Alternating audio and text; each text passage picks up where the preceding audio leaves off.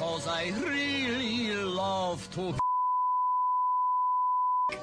Welcome back to the GC Informer, and the only one that's hosted by the best newscaster of all, and the only one who can do it without a script and doesn't have to fail to get collabs in. We will start today's news with just a little update on the Alex Mauer story, the story that never dies, and well, things are progressing in a helpful way at least. A lot of the DMCA strikes against videos taken down by Alex Mauer on 70 plus channels are starting to be processed and rescinded. Now, Alex Mauer, in an email sent to Musical Antihero, has stated that the DMCA reversals were done by herself. However, in an opinion bit, I don't think that's the case, and I think it's probably YouTube and she's just trying to use that. And in the email, she is very much sort of using that in a way to play the victim again. And yes, of course, she is receiving harassment and that is wrong, but at the same time, she's not in the right either. Also, she might be suing Sid Alpha, or threatening to sue Sid Alpha, because she is, I don't know, that's all we know about that, but oh, come on. Just let it end already, please.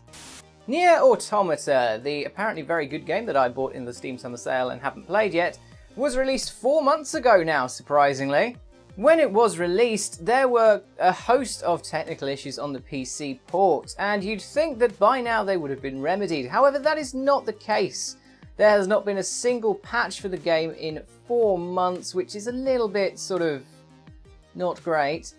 In a statement, Square Enix, however, have stated that a patch is being worked on and they are working with providers like AMD to iron out a lot of the issues that they've been having. While this is a welcome statement to know, and it's again good to know that it's going on, this is maybe a little bit late, to be honest, because I mean, this game is 4 months old and it has not had a single one of its issues patched out, and it has also had DLC. This doesn't seem to be an Arkham Origins or Arkham Knight type situation, but it's getting pretty close, to be honest. And yeah, that also explains why the game was so incredibly cheap on the Steam sale. I think it was 40% off for a 4-month-old game. That's a steep drop off in price there. PlayerUnknown's Battlegrounds, the sort of battle royale type game, which is apparently very good and I didn't buy because it's still a little bit too expensive for me, has had its release from early access pushed back to the end of 2017. In several interviews, PlayerUnknown, who is actually the name of the developer, I did not know that, has stated that there will be around 6 months from when it originally came into early access to its launch. This has now changed, however.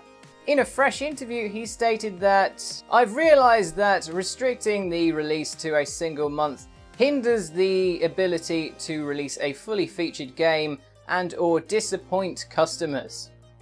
Actually nearly verbatim from memory, well done me. He then also stated that the delay is to make sure that, much like the Grand Theft Auto 5 PC port, a fully polished and finished product can be delivered, the best product they can give, and that is honestly the best reason for a delay ever. It's the same as with Final Fantasy 15 getting a month or two delay, because quite frankly, as long as the game's getting released in a perfectly serviceable state and it's good and whatever, I don't mind waiting a little bit longer. The final bit of news I'm going to talk about today follows on from a story that I covered, I think, in my own personal news show, which I'm ending now actually, not too long ago, about Paradox Interactive. Now, Paradox Interactive are the developers of games such as Cities Skylines and Stellaris and games like that kind of thing. It was revealed not too long ago that Paradox Interactive had slowly been hiking their prices in non-US dollar regions. This could be due to a number of things, but the main reason cited was currency differences in exchange rates, mainly thanks to, in Britain at least, Brexit! Sorry. Yeah, I don't know what it was to do with, to be honest, in Britain. So as you might presume, there was a lot of consumer outcry of this, and it all kind of went Pete Tong for them, to be honest. Not in the same vein as GTA 5 getting down to very, very low review scores, but it still didn't go particularly well for them. Paradox have now stated that they cannot offer refunds or partial refunds on any of the things that will have been overpriced in these regions. However, in an attempt to remedy the situation, they are offering free games or DLCs for people affected. This actually includes myself. I bought some City Skylines DLC, which was, I think, more expensive than it should have been, so I have filled in a complaint form. It was from any time between... oh, piss, why can't I remember? Anytime between the 17th of May and the 6th of July, if you bought a Paradox Interactive game outside of the United States, then you are entitled to claim a free game or 2 DLCs.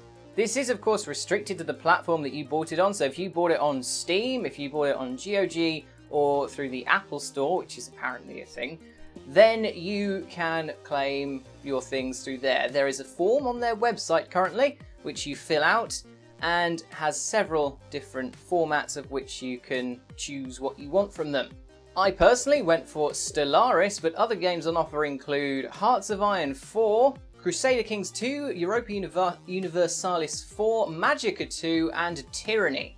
And DLCs for a lot of those games as well, for most of those games in fact, are available. There's less DLC, but at the same time you can pick 2 DLCs or 1 game, which is really quite good actually. Stellaris is actually a game I've wanted for quite a while, so as a consumer I welcome this move very much, and this has done a very good job at sort of redeeming Paradox Interactive, in my eyes at least. That may not be the case for other consumers, they might still feel a bit betrayed, but I'm glad they've done something. So that's it for this episode of the GC Informer. I've been Snowy, and if you like this content then please give us a subscribe, a like and a comment or whatever else, and our social links are down in the description. If you want to subscribe to me and see more of what I do a lot of Let's Plays, then my channel will come up on the end card. And of course, stay tuned for more Let's Plays on here today, and for more news tomorrow.